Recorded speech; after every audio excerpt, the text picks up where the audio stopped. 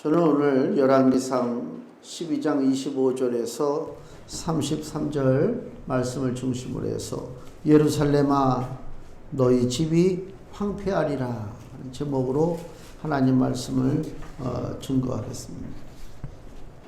어저께 토요일 날 홈쇼핑을 봤어요. 홈쇼핑을 일부러 봤어요. 집에 소파가 이제 우리는 소파라고 부를 수가 없지. 하여튼 소파가 좀 하나 필요해서 그걸 좀 사야 되겠는데 마땅치가 않더라고요. 근데 우연히 이제 이렇게 홈쇼핑에 들어가서 가끔 가다 보면 홈쇼핑에서 그런 거 가구 팔고 그러잖아요. 들어가 봤는데 진짜 마음에 드는 거야. 한 4명 정도가 앉을 수 있는 아주 긴 소파인데 색깔도 다양하고 서비스로 주는 것도 무슨 테이블에다가 뭐 전등에다가 그냥 뭐 굉장하고 가격은 한 100만 원 돈 되는데 2년 동안에 무이자로다가 내면 된대요. 우리 무이자라고 그러면 그냥 껍박 죽잖아. 무이자라고 그러니까 한 달에 4만 원이더라고.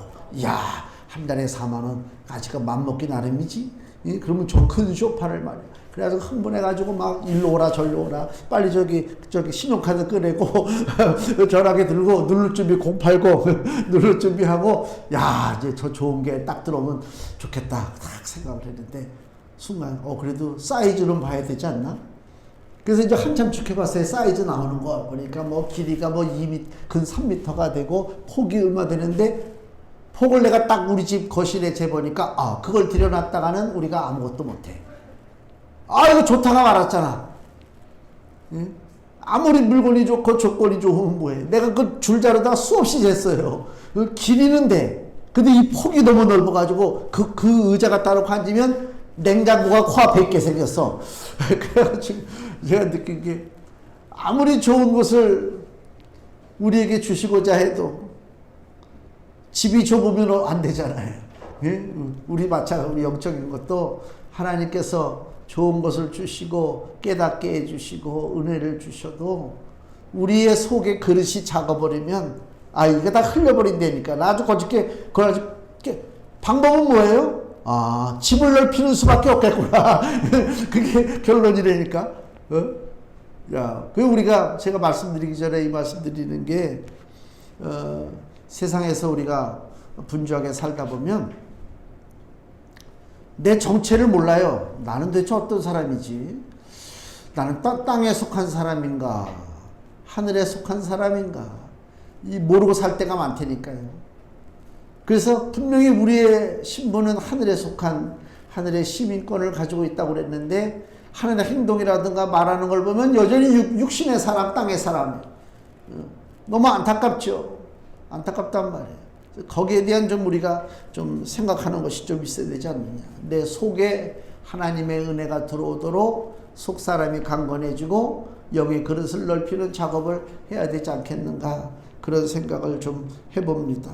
오늘 본문의 배경은 뭐냐면 이스라엘이 이제 다윗과 솔로몬, 그 다음에 솔로몬이 성전을 짓고 이방의 여자들을 자기 첩으로다가 700명, 300명, 1000명이나 받아들였어요. 그리고 이방의 신들을 섬겼잖아요. 솔로몬이 타락했단 말이에요. 하나님이 진노하셔서 2번이나 꿈에 나타나셔서 솔로몬을 책망했는데도 솔로몬이 하나님의 책망을 무시하고 이방 여자들의 그 소리에 넘어가서 이방 신들을 섬겼단 말이에요. 예루살렘 앞에 이방 신들의 산당을 지었단 말이에요. 이 웃기는 얘기죠. 그러니까 뭐 이루 말할 수 없는 하나님의 진노가 있죠. 그래도 하나님께서 솔로몬의 아버지 다윗의 공로를 생각해서 솔로몬 때에는 나라를 나누지 않고 솔로몬의 아들 르호보암 때 나라가 남북으로 갈라졌어요. 그래서 북쪽 이스라엘은 솔로몬의 그 전에 신하였던 여로보암이라고 하는 사람이 북이스라엘의 초대 왕이 됐습니다.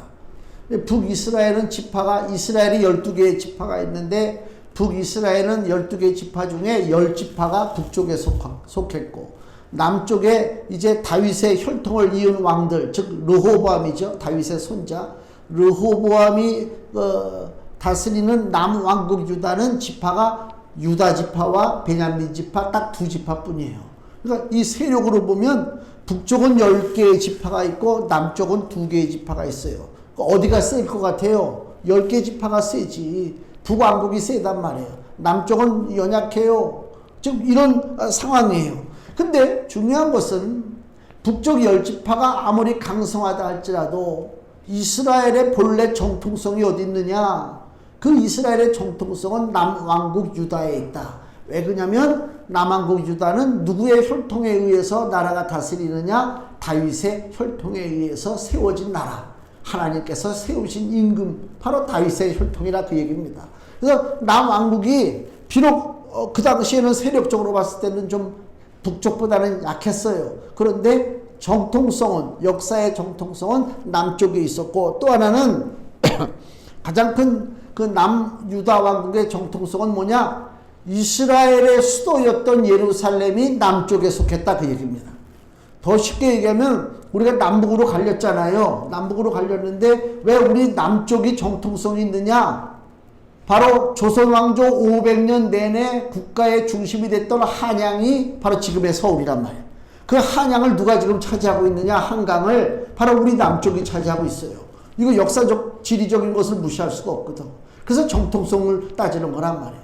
그러니까 자, 북쪽의 이스라엘과 남쪽의 유다가 나눠졌는데 강성하기로 따지면 북쪽이 더 강성하지만, 그러나 하나님이 세우신 나라, 역사적인 정통성을 갖고 있는 나라는 어디냐? 바로 예루살렘을 수도를 삼고 있는 남쪽 유다 왕국이 정통성이 있다 그 얘기입니다. 예루살렘은 이렇게 소중한 거예요. 하나님 예배의 중심지예요. 그렇잖아요. 아무리 지방이 발달하고 해도 그죠? 그 나라의 수도가 가장 핵심이란 말이에요. 예루살렘에 대한 그 중요성이 여기 우리 그 시편에 보면 시편 122편을 보세요. 시편 122편에 예루살렘에 대한 찬양시가 나와요. 찬양시가 나와요. 시편 122편 여기 보면 작은 글씨로 다윗의 시 곧 성전에 올라가는 노래. 사람이 내게 말하기를 여호와의 집에 올라가자 할 때에 내가 기뻐하였도다. 여호와의 집에 올라가자, 하나님 앞에 예배하자 할 때 기뻐했대요. 그 여호와의 집이 어디 있느냐? 2절 예루살렘아 우리 발이 내 성문 안에 섰도다.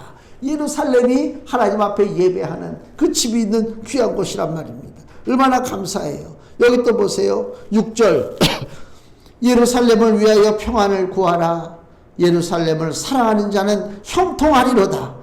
내 성 안에는 평강이 있고 내 궁중에는 형통이 있을지어다. 예루살렘에 대한 찬송시잖아요. 얼마나 아름다워요. 그만큼 예루살렘을 사람들이 사모하는 거란 말이에요. 그죠? 사람들이 사모했단 말입니다. 근데 모든 이스라엘 사람들은 나라가 갈리든 갈리지 않든 간에 하나님 앞에 예배하려면 어딜 가느냐? 예루살렘에 가서 하나님 앞에 예배하는 것이, 이것이 아주 법이에요. 법. 당연한 것입니다. 예루살렘에 가서 하나님 앞에 예배한단 말이에요. 그러면 상대적으로 봤을 때 이것이 유다의 강점이고, 반대로 봤을 때 북이스라엘의 근심거리 약점이 뭐냐? 바로 그 예루살렘이 남쪽에 속했다고 하는 사실, 이것이 북쪽에서 늘 근심거리요. 우리나라 삼국시대 때도 보면요, 고구려, 저 위쪽에 고구려가 있고 영남 쪽에 신라가 있고 호남 쪽에 백제가 있었잖아요. 삼국이 막 싸운단 말이에요. 싸우는데 특히 마지막에 가면 어디를 놓고 치열하게 다툼이 벌어지느냐? 한강 유역을 누가 차지하느냐.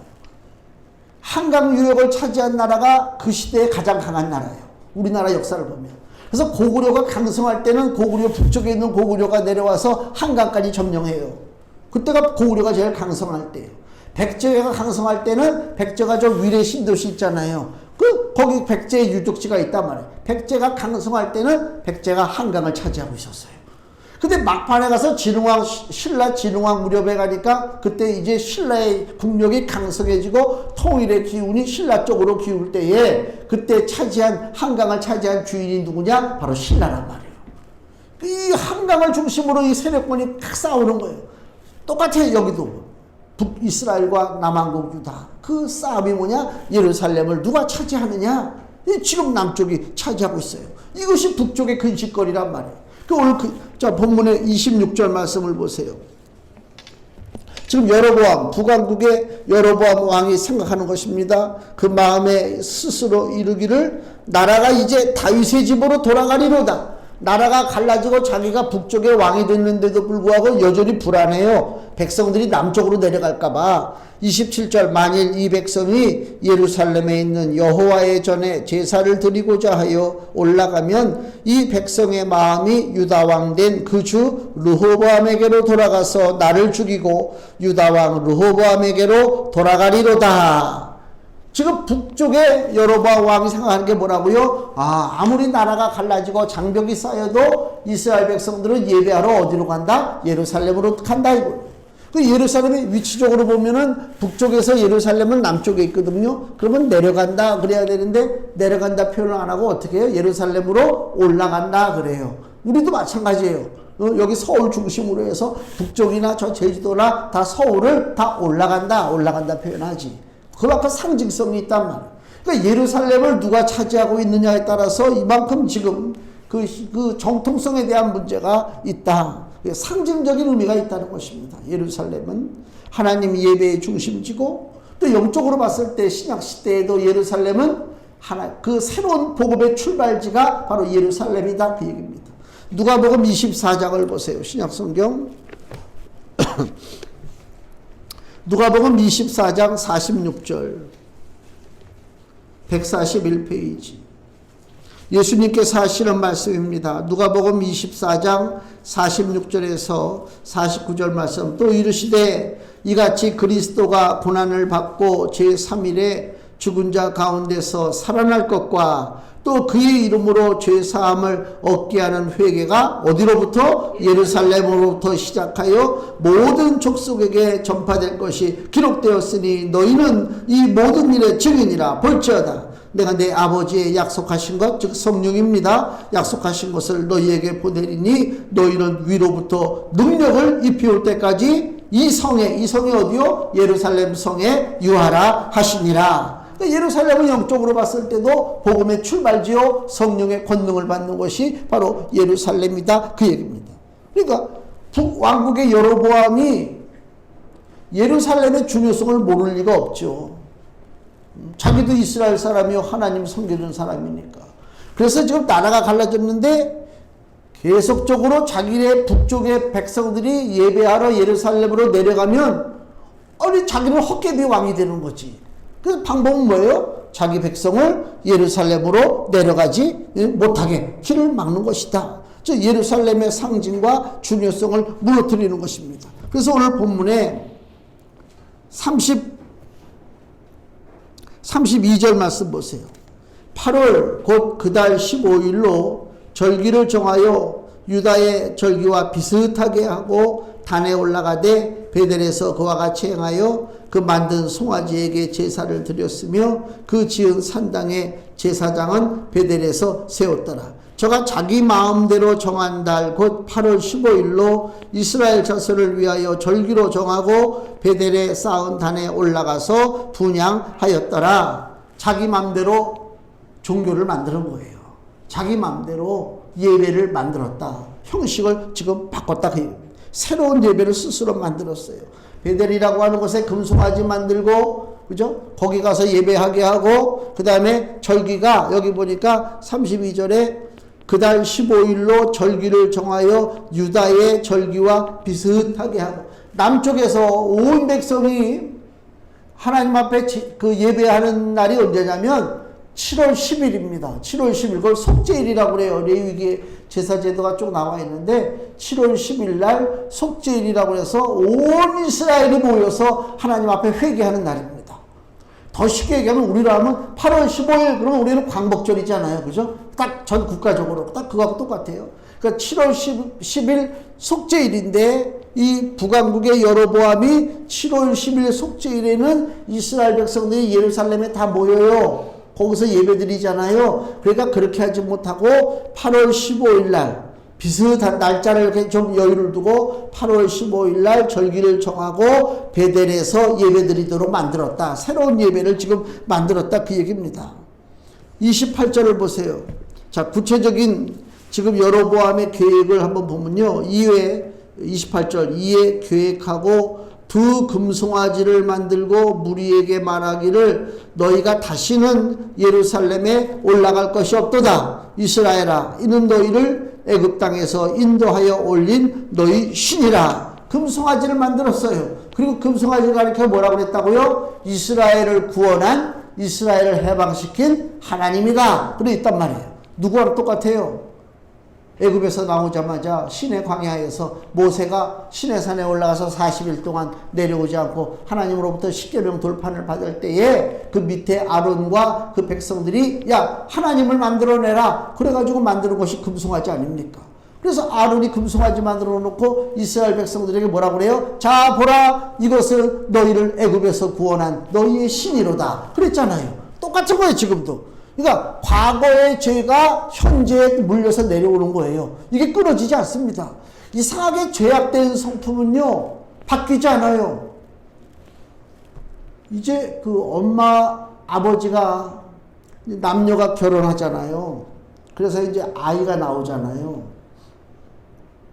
그러면은 아버지의 잘난 점, 어머니의 잘난 점 이것이 결합돼 가지고 아기가 더 잘나야 그 좋은 거 아닙니까? 근데 가만히 보면 아버지의 못난 거, 어머니의 좀 못난 거 이게 결합돼서 나올 때가 많아요. 그 이상하잖아요. 이게 심각한 얘기입니다. 기도해야 돼요. 기도해야 된다니까.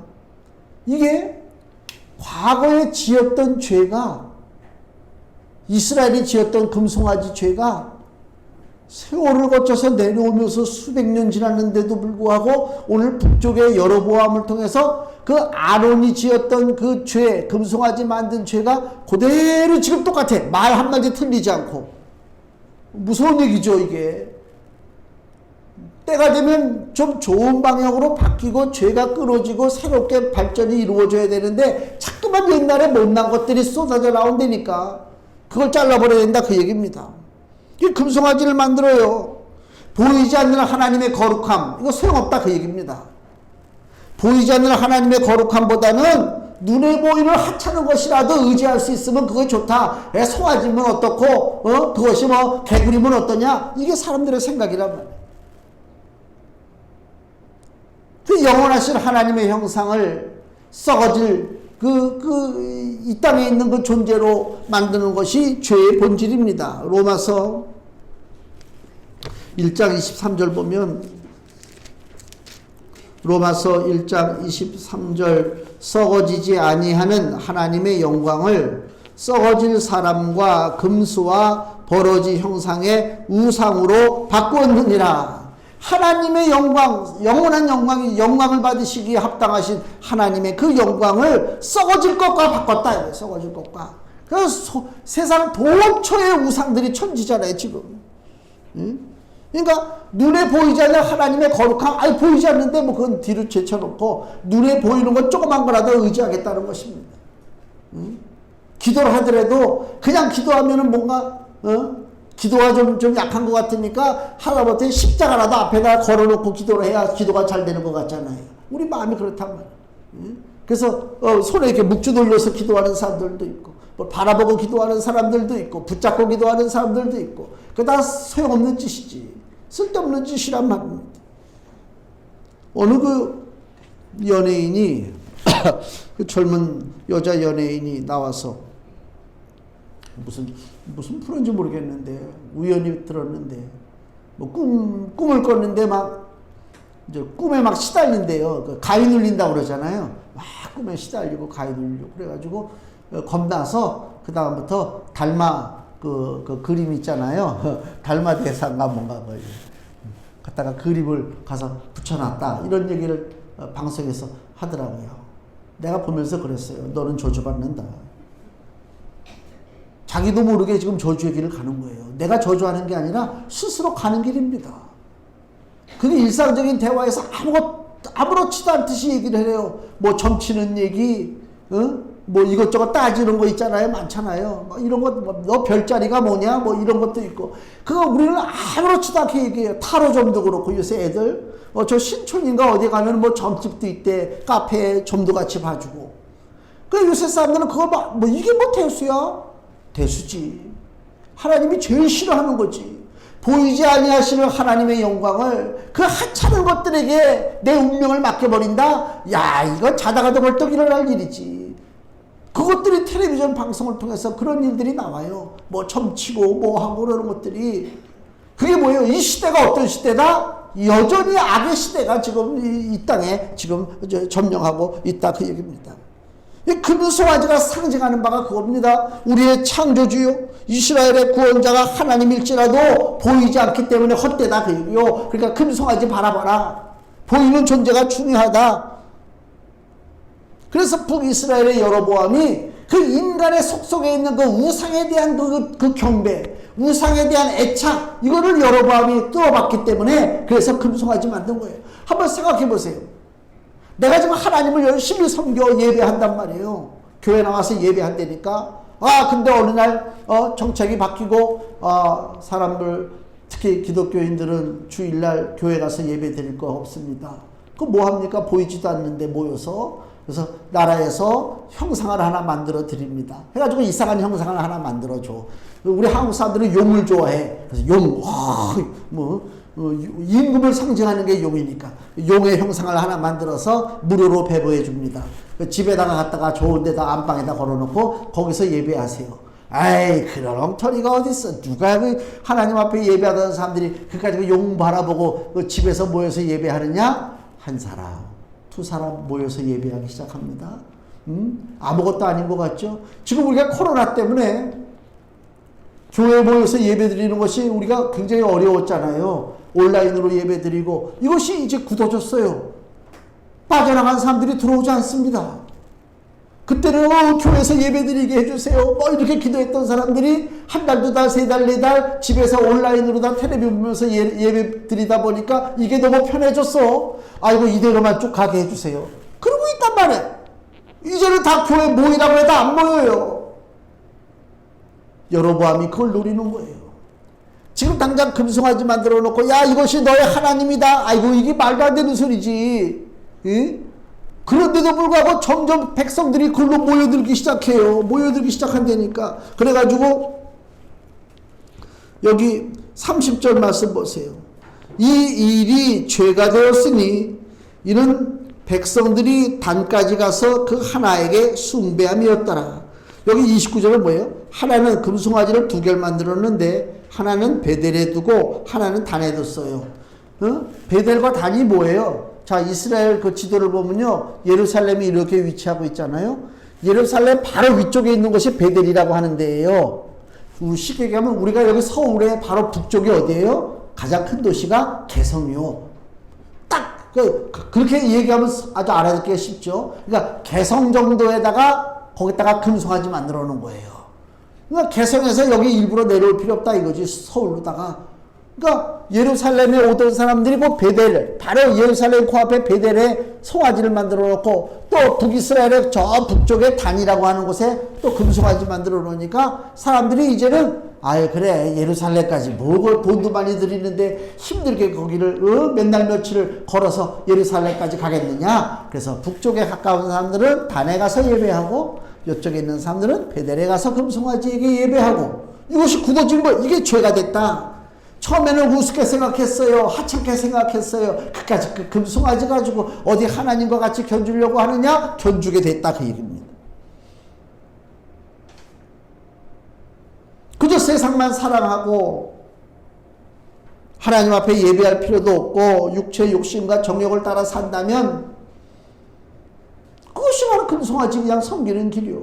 편하죠. 내 마음대로 사는 거란 말이요. 백성들이 어리석고 육신의 정욕에 빠질 때 제일 신나는 사람이 누구냐? 바로 거짓된 통치자란 말이에요. 통치자는요, 백성들이 똑똑해지는 거 원치 않습니다. 통치자는 백성들이 철학적으로다가 사고하고 깊게 역사를 공부하고 문학에 대해서 깊은 조예가 있고, 이건 통치자가 원하는 바가 아닙니다. 통치자가 원하는 바는 뭐라고요? 그저 단순히 눈에 보이는 것만 쫓아서 사는 것, 이것이 통치자가 원하는 거예요. 그것이 마귀가 원하는 거다, 그 얘기입니다. 원래 이스라엘은 하나님만 섬기고 살게끔 되어 있는 민족이 이스라엘이요. 그 수많은 백성들 중에 하나님이 이스라엘을 택했잖아요. 너는 내 아들이라. 하나님 불러주셨잖아요. 선택받은 민족이란 말입니다. 선택받았다는 얘기는 뭐예요? 세상 사람처럼 살면 안 된다, 그 얘기요. 뭔가 택함 받았으면 달리 살아야 될 거 아닙니까? 택해줬으니까. 그럼 세상 사람처럼 살면 안 되는 삶의 방식이 뭐냐? 거룩한 것이다, 그예요. 거룩하게 살라, 그 얘기입니다. 하나님의 사람은 거룩하게 사는 것입니다. 온 우주의 창조자여 우리 구원자 하나님은 거룩하십니다. 하나님은 거룩하셔요. 죄를 용납하지 않습니다. 당연히 하나님을 섬기는 그 백성도 거룩해야 돼요. 거룩한 세상을 만들기 위해서 어떻게 해야 되느냐? 당연히 우리는 하나님 앞에 경배하고 예배하고 하나님 말씀을 듣고 그 말씀에 순종하는 길로 가는 거예요. 이게 거룩의 길입니다. 주일날 주 앞에 나와서 예배하는 것이 거룩의 길이란 말입니다. 근데 세상이 거룩해지면 누가 제일 싫어하고 두려워하느냐? 마귀가 싫어한다. 마귀는 세상이 거룩한 걸 제일 싫어해요. 마귀의 노름터가 어디냐? 마귀의 놀이터가 어디냐? 더러운 곳이요. 마귀는 더러운 곳에서 놀기를 좋아하지 거룩한 곳에는 안 간다니까요. 파리도요, 더러운 곳에 파리가 끼지 깨끗하게 청소해놓고 음식물 찌꺼기 하나 없이 그저 깨끗하게 과자 부스러기 하나 없이 딱 해놓으세요. 파리가 살려고 해도 먹을 게 없어 못 살아. 쥐새끼가 먹을 것이 없다니까. 근데 날마다 쓰레기 여기다 버리고 저기다 버리고 온 천지가 쓰레기면요, 파리를 초청하지 않아도 파리가 온다, 그 얘기요. 마귀도 똑같아요. 내 영적으로 더러워지고 온전히 육신의 정욕적인 생각, 더러운 생각, 탐욕의 생각, 시기의 생각, 질투의 생각, 이런 것이 내 삶 속에 가득 차버리면 내가 마귀 초청하지 않아도, 문 열어놓지 않아도 그 마귀는 내 삶에 들어와 있다, 그 얘기입니다. 더러우니까. 반대로 온 세상이 하나님 백성으로 가득 차고 거룩하게 될 때에 마귀가 설 곳이 없어지는 것입니다. 우리가 주일날 와서 예배 드리는 것이 무엇입니까? 1년에 52주를 주일을 지키지만은 그냥 이거 그냥 형식적으로 빨간 날이구나, 야 빨리 일어나서 빨리 가야 되겠다, 그런 의미가 아니고 새롭게 무장하는 거란 말이에요. 거룩에 우리가 옷을 입는 거란 말입니다. 세상 사람과 달리 살아야 되겠다, 다시 한번 결단하는 거란 말이에요. 마귀는 하여튼간에 그래서 사람들이 거룩하신 하나님을 섬기지 못하게 하려고 그래서 금송아지 사건을 만드는 거예요. 거룩한 하나님을 바라보지 말고 너 육신의 정욕의 가장 큰 상징 금송아지 그걸 바라보고 만들어. 그리고 베델에 산당을 만들었잖아요. 예루살렘에 가지 못하게 하는 거예요. 하나님의 말씀과 계명을 모르게 한다, 그 얘기입니다. 예루살렘에 가면 하나님 말씀을 읽잖아요.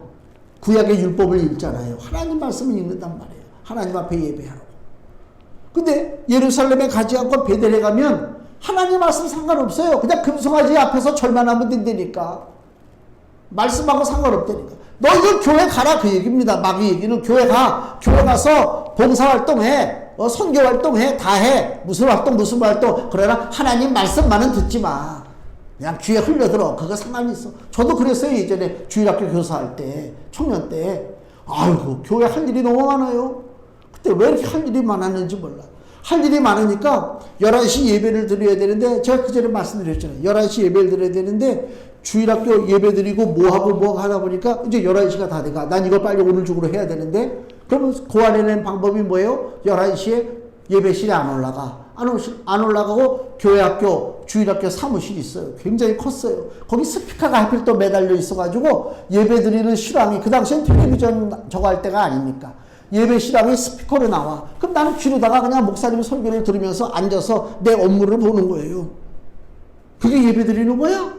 아니, 전혀 아니지. 그 대가를 혹독하게 제가 치렀어요. 지나놓고 나니까 그거에 대한 대가가 이거구나, 내가 깨닫게 되더라니까요. 마귀는 그래요. 너희들 교회 와, 봉사해, 활동해, 뭐 다 해, 그냥 시키대고 다 해봐, 한번 상급을 쌓아봐. 그러나 하나님 말씀은 듣지 마. 말씀을 들을 때 내 죄가 드러나고 말씀을 들을 때 내 가는 길이 거룩한 길인지 육신의 정욕의 길인지 그것이 분별이 돼요. 그래서 말씀을 들어서 우리가 거룩의 길로 가는 것입니다. 마귀는 이걸 방해하는 거란 말입니다. 예수님 당시에 예수님이 태어났잖아요. 응애하고 태어났단 말이에요. 동방 박사가 별을 보고 예수님 찾아왔잖아요. 예수님 이스라엘의 왕으로 나신 이가 어디 있느냐 찾아왔단 말이에요. 마태복음에 보면 그 소식에 마태복음 2장을 보세요. 여기 헤롯 왕 때 예수께서 유대 베들레헴에 나심에 동방으로부터 박사들이 예루살렘에 이르러 말하되 예루살렘에 왔어요. 유대인의 왕으로 나신 이가 어디 계시뇨? 우리가 동방에서 그의 배를 보고 그에게 경배하러 왔노라 하니 헤롯 왕과 온 예루살렘이 듣고 소동한지라. 난리가 났어요. 이스라엘의 왕이 났다고? 쉽게 얘기하면 지금 여기 대통령이 있는데 어디라고 그럴까? 저 경기도 저 부천 안산 쪽에 새로운 대통령이 태어났다고. 지금이야 뭐 민주시대니까 상관없지만 옛날에 왕정시대에는 이 큰일 날 일이지. 지금 왕이 뻗없이 살아있는데 저 어느 동네에 왕이 태어났다고? 뭐 예루살렘이 막 뒤집어졌어요. 뒤집어졌단 말입니다. 근데 마태복음 2장 4절 보세요. 왕이 모든 대제사장과 백성의 서기관, 저 성경 박사들이요. 하나님 말씀을 안다고 하는 사람들, 제사장과 서기관을 모아서 그리스도가 어디서 나겠느냐, 메시아가 어디서 나겠느냐 물으니까 5절 가로되 유대 베들레헴이오니 이는 선지자로 이렇게 기록된 바 유대 땅 베들레헴아 너는 유대 고을 중에 가장 작지 아니하도다. 내게서 한 다스리는 자가 나와서 내 백성 이스라엘의 목자가 되리라. 이건 메시아 탄생 예언이잖아요. 다 알고 있어요. 베들레헴에 메시아가 태어난다고 하는 성경 말씀을 예루살렘에 있는 대제사장들과 백성의 서기관, 성경 박사들도 다 알고 있었어요. 알고 있으면 뭐해? 예수님, 아기 예수님 찾아가서 경배한 사람은 누구라고요? 동방 박사와 들판에서 양을 키우는 목자들밖에 없어요. 아는 것은 지식이 아닙니다. 지식은 내 머릿속에 집어넣는 건 지식이 아니요. 삶으로 나와야 돼요. 삶으로 나와야 돼요. 그러니까 뭐 고위 공직자가 됐든 무슨 뭐 대학교 교수가 됐든 지식인이 됐든 간에 머리에 많이 가지고 있다? 아무 소용없어요. 내 삶의 결정적인 순간에 나는 무엇을 택할 것인가? 거룩의 길을 갈 것인가? 육신의 정욕의 길을 갈 것인가? 그게 중요한 것입니다.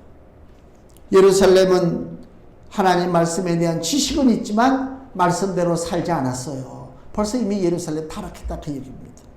그래서 우리가 잘 알지만은 예수님이 그 본격적인 활동하실 때 먼저 어떻게 해요? 예루살렘에 가서 성전에 들어가시잖아요. 성전에 들어가니까 성전 안에 장사하는 사람들이 많죠. 그 장사하는 사람들을 다 내쫓잖아요. 예수님이 내 아버지 집은 거룩한 집이요 만민이 기도하는 집인데 너희들이 강도의 소굴을 만들었도다. 예수님이 성전에서 장사하는 장사치들을 다 내쫓았단 말이에요.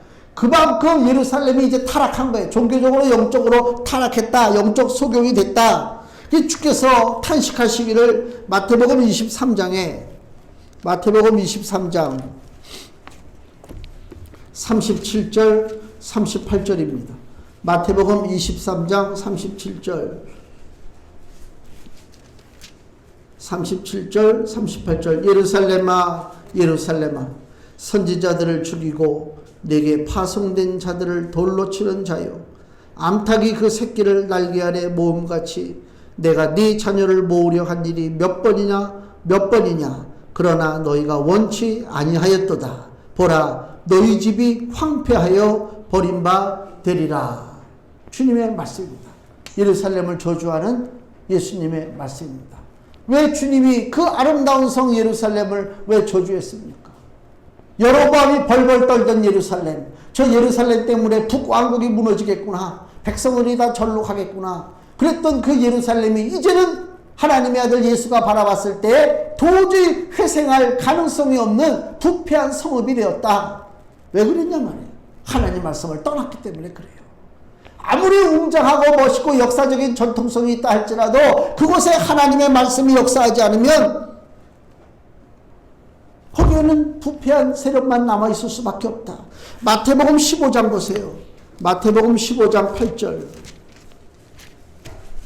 마태복음 15장 8절 예수께서 말씀하기를 이 백성이 입술로는 나를 존경하되 마음은 내게서 멀도다. 사람의 계명으로 교훈을 삼아 가르치니 나를 헛되이 경배하는도다. 사람의 계명으로 교훈을 삼아, 즉 무슨 얘기요? 철학적인 얘기, 문학적인 얘기, 정치적인 얘기, 그 얘기를 한다면 하나님 말씀을 전하는 곳에서. 그게 제일 안타깝죠. 아주 지식적인 설교가 많습니다. 철학적인 이야기도 많습니다. 굉장합니다. 영적인 얘기라고 하지만 실상은 보니까 우리 기독교적 영적인 게 아니라 이상한 영적인 얘기 하는 데도 많습니다. 뜬구름 잡는 사람들이 많단 말입니다. 이단 얘기가 많단 말입니다. 하나님 말씀이 사라지고 있다 그 얘기요. 그곳에 하나님의 저주가 있다 그 얘기. 하나님 말씀 떠난 곳은 타락합니다. 예루살렘은 타락했어요. 그래서 예수님이 또 마태복음 8장을 보세요. 8장, 마태복음 8장 20절에 예수께서 이르시되 여우도 굴이 있고 공중의 새도 거처가 있으되 오직 인자는 예수께서는 머리 둘 곳이 없다 하시더라. 예수님이 집이 없어요. 이 지상에 머리 둘 곳이 없다니까요. 다 부패했습니다. 주님의 안식처가 없어요. 어디가 주님의 안식처입니까? 바로 그 유명한 요한복음 14장 1절 말씀.